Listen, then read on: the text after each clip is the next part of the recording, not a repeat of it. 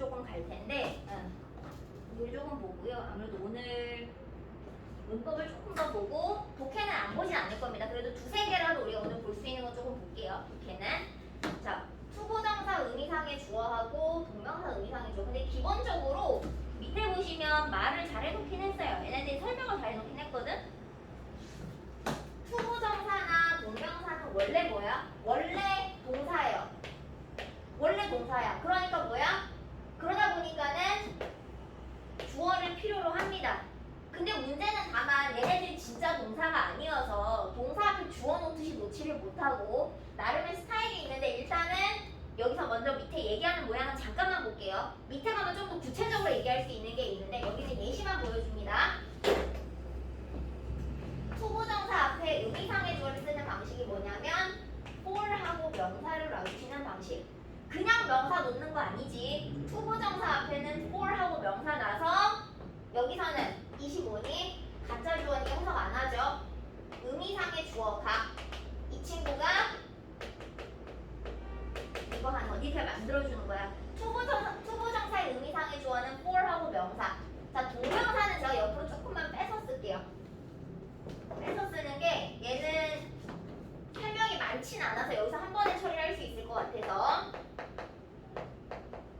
자, 동명사는 기본적으로 동명사도 의미상의 주어 같죠? 가지는데 동사면 앞에 의미상의 주어를 가질 수 있다. 그럼 문제는 투부정사는 for하고 명사를 썼는데 동명사는 어떻게 해야 될까라고 하시면 두 가지로 나눌게. 자, 뭐냐면 소유격이 있으면 소유격 쓰시면 돼. 지금 뭐야? my나 너네 이거란 거지. his 그 다음에 her 이런 거.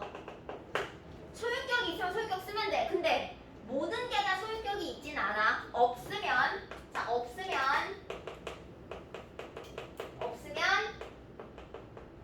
그대로 씁니다. 이게 뭔 소리냐면 앞에 이런 게 들어온다고 치자. 뭐 이런 거는 소유격 표현이 따로 없잖아. 그러면 그대로 쓰는 거야. 근데 이제 이럴 수 있어요. 너무너무 친절하게 소유격을 만들어줘. 이건 친절한 거야. 이건 과하게 친절한 거야. 근데 주는 경우가 있어요. 왜? 동명사 앞에 의미상의 주어이기다를 T를 내주시는 경우인데 나는 이거 드물다고 말씀을 드릴게요. 거의 이렇게 나오지 않습니다. 이렇게 안 나올 거야. 없으면 앞에 그대로 놓일 거야. 마치 동사 앞에 주어 놓이듯이 놓일 겁니다. 해석은 어떻게 된다? 의미상의 주어가 뭐뭐 하는 것. 달아주시면 베스트예요. 앞에 의미상의 주어구나. 근데 안 달아주시면 어쩔 수가 없습니다. 이건 본인이 찾으셔야 되는 거야. 자, 그럼 앞에 봐볼까? like 다음에 ing가 왔어. 그치? 그럼 동명사거든? 근데 내가 아까 얘기한 것처럼 여기 친절하네. 동명사 앞에다 뭐 달았니? 소유격 붙여줬지. 의라고 하는 소유격 붙여줬지. 그럼 뭐야? 의미상의 주어가 동명사 하는 것 맞습니까? 강아지가 짖는 것을 좋아하지 않는다. 맞니? 동명사 앞에 주어 달아주신 거. 체크되시나요? 확인 한 번만 해주시고. 동명사는 이게 전부입니다. 투부정사 조금 더 복잡해서 제가 다시 적어드릴 텐데 동명사는 이게 전부예요. 체크 한 번 해주시고. 자, 그러면 내려볼게. 자, 그 밑에 뭐가 나와 있냐면 이게 필요 없는 경우라고 되어 있죠. 필요 없는 경우. 필요 없는 경우.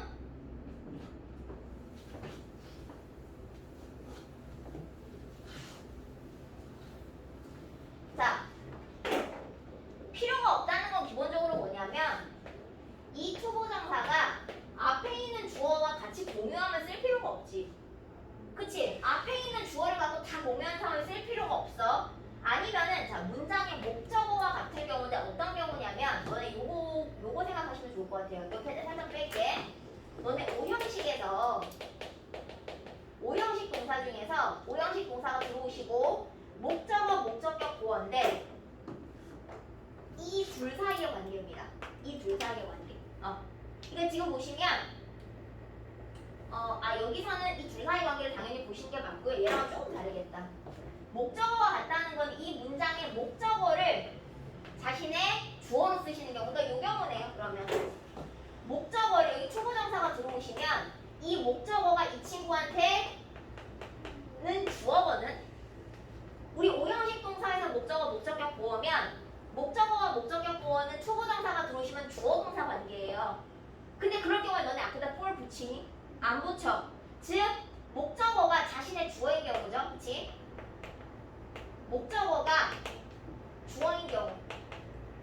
즉 목적어와 같을 경우라고 해서 되게 헷갈리는데 목적어가 주어인 경우는 따로 붙이지 않습니다. 그냥 놔주시면 되는 거야. 대표적인 케이스를 예를 말씀을 드려요. 오형식에서 목적어랑 목적격 보어가 들어오시면 목적어가 목적격 보어의 주어에 해당하기 때문에 따로 붙이지 않아. 이런 경우에는 for 명사 이런 식의 구조로는 쓰지 않는다. 이렇게 볼게요. 그치? 예를 들어서 이런 거지. 내가 예시 간단하게만 줄게.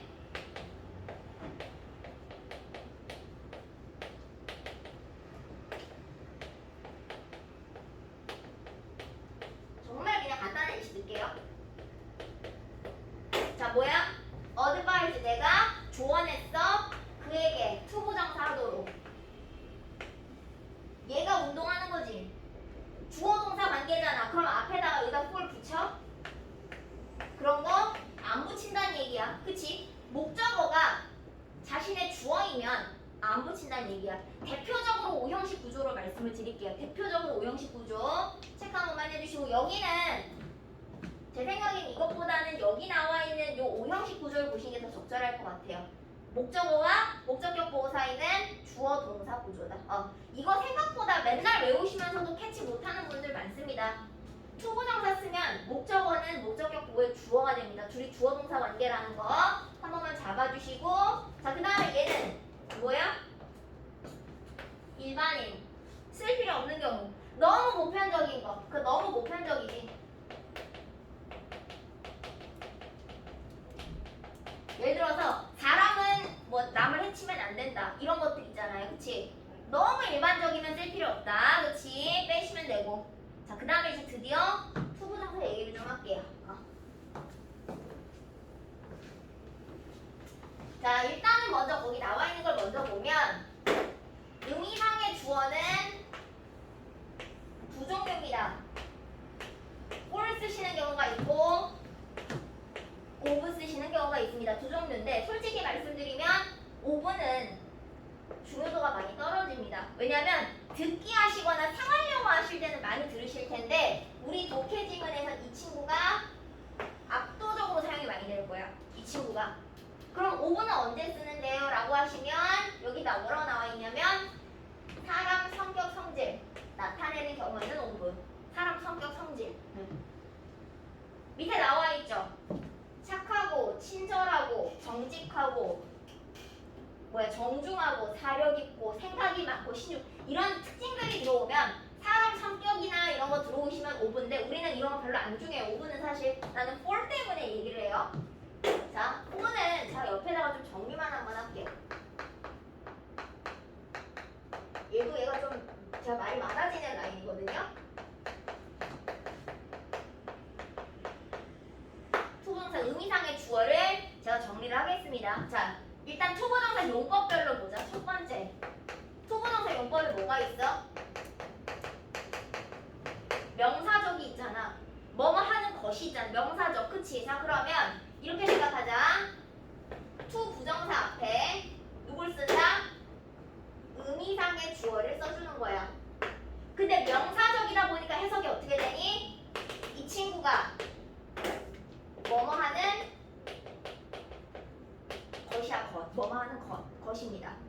그쵸? 앞에. 자, 얘는 무난한 거. 두 번째. 우리 아까 형용사적 모양 봤거든? 형용사. 내가 형용사는 뭐라 그랬냐면 명사 다음에 누가 들어온다 그랬냐면 중간 좀 뗄게요. 중간에 끼우려고 하는 거니까 명사 다음 투부정사라고 그랬지. 들어갈 거야. 근데 중간에 당연히 의미상의 주어 끼울 수 있어요. 끼울 수 있어. 뭐야? 얘가 이거 할 있어. 중간에 끼울 수 있어. 세 번째 부사죠.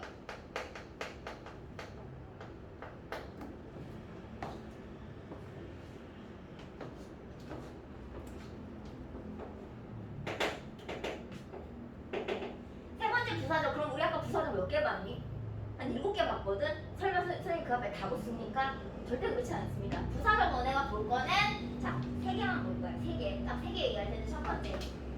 위에서도 흔하지는 않지만 나와 앞에 붙어. 그래서 뭐냐면 빨간 색깔로 쓰고 있으니까 for 명사 투부정사해서 뭐야?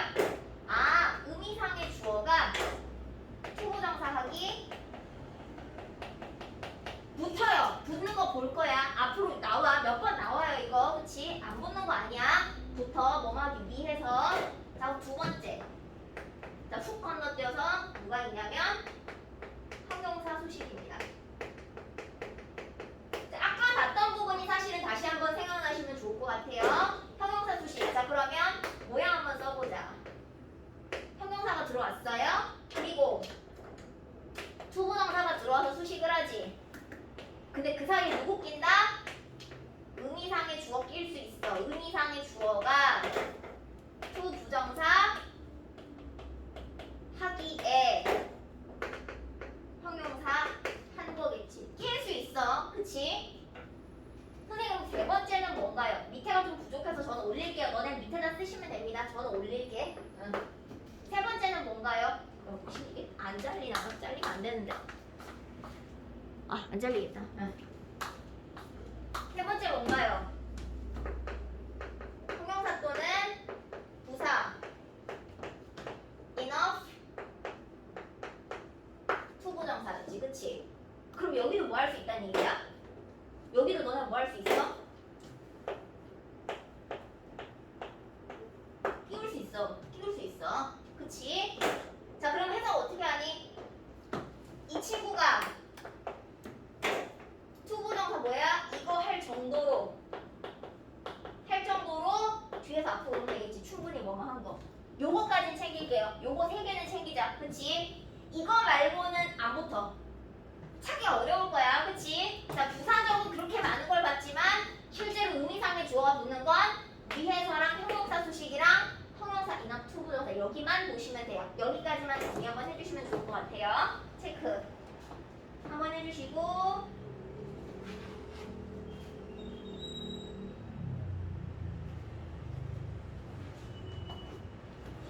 자, 얘를 봐주시고 나면 밑에 살짝 봐볼까? 나와 있는 거 뭐라 돼 있니? for me to 이렇게 돼 있지. 자, 근데 봐봐. stood aside가 옆으로 섰다는 얘기야. 옆으로 섰어. 뭐뭐 하기? 위해 서지.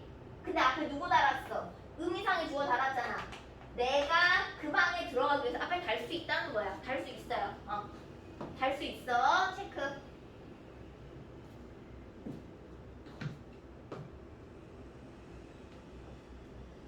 넘어도 괜찮을까요? 괜찮겠니? 자, 그 다음 가볼게.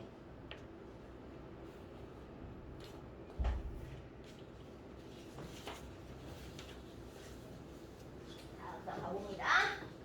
자, 여기도 아까 이제 본 거랑 마찬가지. it인데 it 박스 칠게요. for to네. it for to 내가 박스 쳤어. 여기 it은 가짜 주어 해석 안 할 거야. 그럼 투부정사가 진주어인데 뭐뭐 하는 것이 뭐가? 의미상의 주어가 투부정사 하는 것이 그쵸? 그가 take it easy 진정하는 것이 best다 가장 최선이다. 그치? 받아들이시면 될 것 같고 그 다음에 이제 뭐가 나왔냐면 드디어 똑똑하고 영특하다라는 사람의 성격과 관련된 게 나왔네. 그럼 뭐 쓴다? of to 쓰신다. 여기 문제는 for하고 of를 구분하시는 걸 좀 주셨어요. 근데 학교 시험은 너네 이런 건 잘 안 줘. 왜냐면 너네 구분 너무 잘 하시거든. 별로 어렵지 않아서. 그쵸? 그리고 솔직히 바꿔 쓰는 거 모르셔도 괜찮습니다. 여기는 밑에 바꿔 쓰는 거 넣어놨는데 솔직히 너네한테 바꿔 쓰라고 얘기를 안 해요. 그렇기 때문에 이건 그냥 같은 문장이다. 이 정도로만 보시고 넘어가시면 되지. 별로 신경 안 쓰셔도 돼. 맨 앞에 있는 it은 뭐니? 가짜 주어죠? 그래서 얘가 진주어면 투부정사하는 것이 의미상의 주어가 네가 work out은 여기서 해결하다거든요. 해결하다. 그 workout이 요 보통 문제라고 보시 이거 해결하다인데 solve인데 그 답을 해결하는 것, 풀어내는 거죠. 그 답을 풀어내는 것이 영특하다 혹은 똑똑하다 이렇게 보시면 되겠죠. 체크해 주시고 내려갈게요. 의미상의 주어는 자 제가 아까 말씀드린 그 부분이 그대로 나와 있습니다. 별로 많이 다르지 않아서 밑에 예문으로만 제가 좀 보고 정리 한번 할게요. 아까 제가 정리한 거랑 차이가 거의 없어요.